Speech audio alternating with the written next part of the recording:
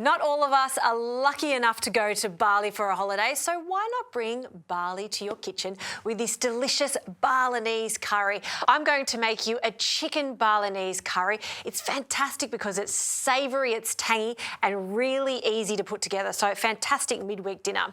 We'll start with our chicken. I've got some chicken thigh here and I've just cut them into 4 pieces. Chicken thigh is super forgiving, so it's going to stay super tender and moist as it cooks. Really great for a curry. I would choose chicken thigh as opposed to chicken breast for this recipe.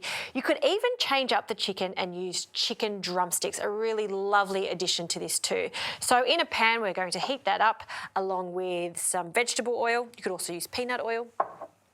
We'll give that a bit of a swirl and then we'll add our chicken. Okay, so in that goes.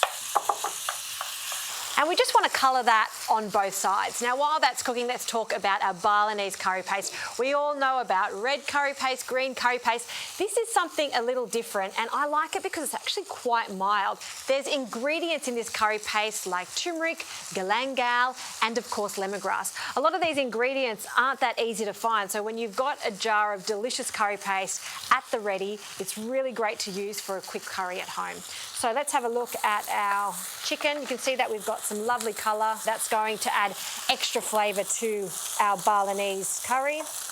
If you were to use a different cut of chicken, like a drumstick, you would definitely sear it off first, and instead of cooking this for about the 20 to 30 minutes, you would cook it for double the time. But the flavour would be fantastic. Okay, that's looking good. Now we can add our curry paste, and I'm going to add a whole jar of our curry paste. This gorgeous oil is essential. Don't get rid of it because it makes this whole curry come together. So in with our curry paste. And you may have noticed I'm not adding any shallots to this or garlic or even some onion. You don't need it. I'm going to make a base curry, a simple curry, and then serve it with a sambal. And once that comes up to the boil, we can add some water. So a good splash of water.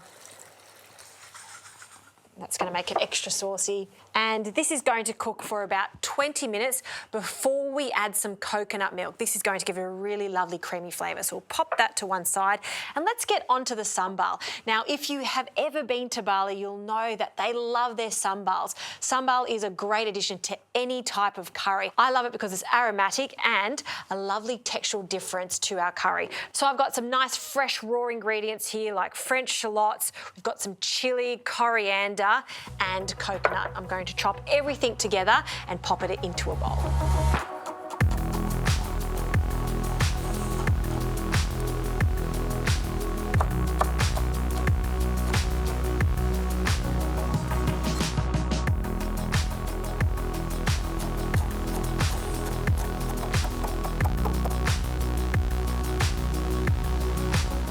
Smelling good in here. Let's have a look at our curry. It's been cooking for about 20 minutes. You can see all that liquid has reduced nicely. The chicken is tender and we can add our coconut milk in now, about 200 mils. Stir that through. We'll just turn the heat up. We just want it to be gently simmering. And this is going to take another 5 to 10 minutes. Now, while that's cooking, let's finish off the sambal. So in the bowl, we have the finely chopped chilli, coriander, and that French shallot or purple shallot.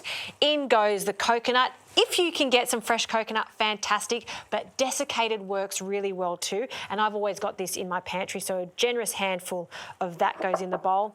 And now to season it. So I call it the holy trinity here, which is the combination of fish sauce, lime juice for acidity, and some sugar. So we'll start with our fish sauce, just a splash. That's going to give it a really nice savoury flavour. Along with our lime juice. You could also use lemon juice for this. Any type of acid like a vinegar could work nicely, just a plain white vinegar. We'll squeeze the lime juice in. I know whenever I've been to Bali, there's ample amount of lime, so just trying to evoke those true flavours of the region. And another good squeeze, this one's super juicy. This is sambal, so it's not super saucy. In fact, it's supposed to be quite dry, so we just want to moisten all of that coconut in the bowl. Also some sugar to sweeten it, just a small pinch of sugar. I always tend to just add a small amount, give it a stir, we'll have a taste of it, and if we need to balance it out, we can add some more. And look at those lovely colours. You can see a simple addition of this really elevates any type of curry. Okay, going to have a taste. I love the freshness of it. I love how crisp it is. All of those lovely raw ingredients.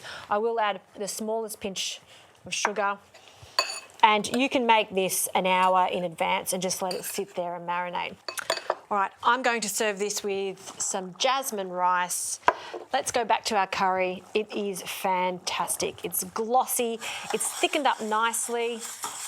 Perfect amount of sauce to chicken ratio, and we can serve this up. If you wanted to bulk this out a little more, you could absolutely add some vegetables. I like the addition of some beans sometimes, some baby corn works a treat, whatever you like, you could add it to this. You could absolutely transform this and make it into a vegetarian delight by adding some tofu. Even just mushrooms would be a great addition. Lots of that sauce, because that Balinese curry paste just makes this so aromatic. And to really give it a pop of colour and the crunch, we have our sambal. Very traditional in Indonesia, in Bali of course, so we'll add a generous amount of that to the top. And that right there is a speedy curry from the beginning to the end, 30 minutes. Really jazz it up with that sambal. I think it makes a difference. A taste of Bali right here at home.